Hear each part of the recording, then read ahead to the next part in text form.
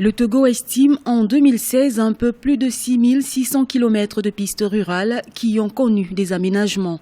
Ces infrastructures routières entrent dans le cadre de la politique des grands travaux qui a permis de construire et de réhabiliter plusieurs routes dans la capitale Lomé et à l'intérieur du pays depuis 2011. Aujourd'hui, ces pistes rurales représentent la grande partie du réseau routier et permettent aux populations d'écouler leurs produits agricoles.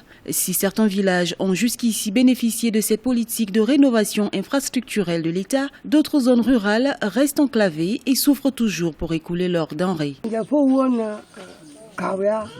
Pendant la saison pluvieuse, les routes ne sont pas bonnes. Les motos ni les véhicules ne circulent plus. Les routes sont inondées pendant la saison pluvieuse et créent des accidents aux véhicules qui tentent de transporter les marchandises pendant cette saison. Les autorités nous avaient promis des choses en période électorale, mais elles ne sont plus revenues.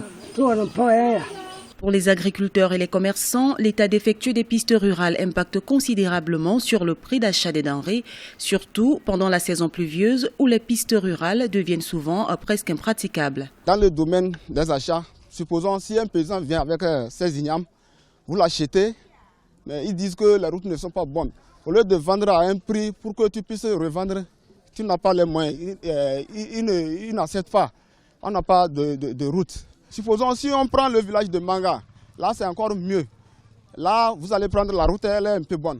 Mais avant d'y rentrer dans d'autres villages un peu plus loin que Manga, là ça ne va pas du tout. En 2015, plus de 11 milliards de francs CFA ont été alloués aux infrastructures routières au Togo. En 2016, sur le budget de l'État qui s'élève à 1002,2 milliards de francs CFA, les autorités ont consacré 15 milliards pour l'entretien du réseau routier.